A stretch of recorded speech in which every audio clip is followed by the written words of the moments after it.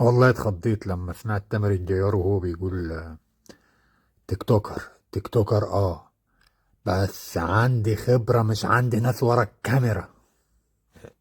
يعني ايه دليلك ان عندك خبرة مش عند ناس ورا الكاميرا اللي هم المساعدين والمخرجين والكلام ده؟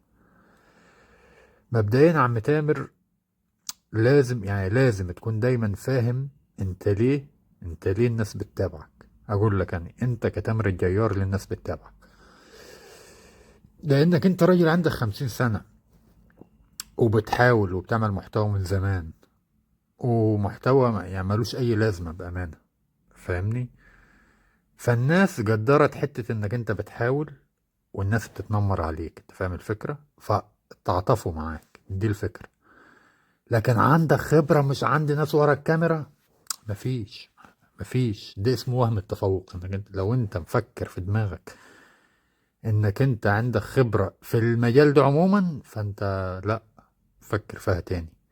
ده ابسط الفيديوهات اللي بتعملها التمثيلية، او اللي على صوت تاني، يعني بتعمل على صوت حد او بصوتك، ما فيهاش 1 من 1%، 1 من 10 من 1% اتقان. يعني لا مونتاج ولا تمثيل. وما تقوليش امكانيات، يعني انت كنت بتصور بموبايل، ما عندك الكساح بيصور بموبايل زيك.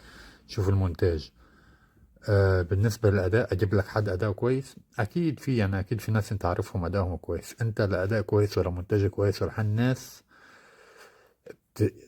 الناس وأنا واحد منهم حبيناك تعاطفا معاك، ودي مش عيب، دي حاجة ما تقللش منك. أنا في ناس برضو بتتابعني متعاطفين معايا. يعني مثلا في مرة حد جابلني قال لي والله لما عرفت إن الإعلانات دي أنت بتاخد عليها فلوس، بقيت أشغل الفيديوهات بتاعتك وأعيد الفيديو مرة واتنين عشان الإعلانات تاخد عليها فلوس. فعادي.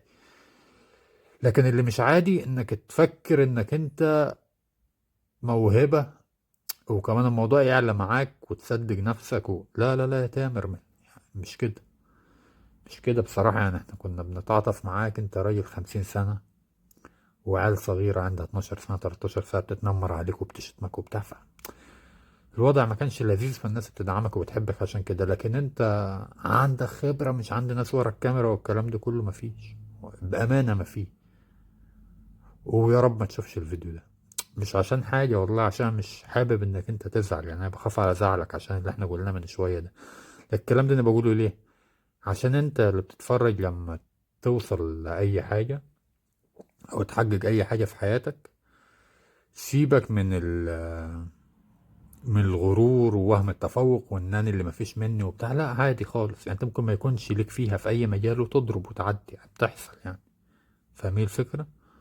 ولا سبب محدش يعرفه. لكن في قصة تامر الجاري احنا عارفين السبب، بقول لك متعاطفين معاه.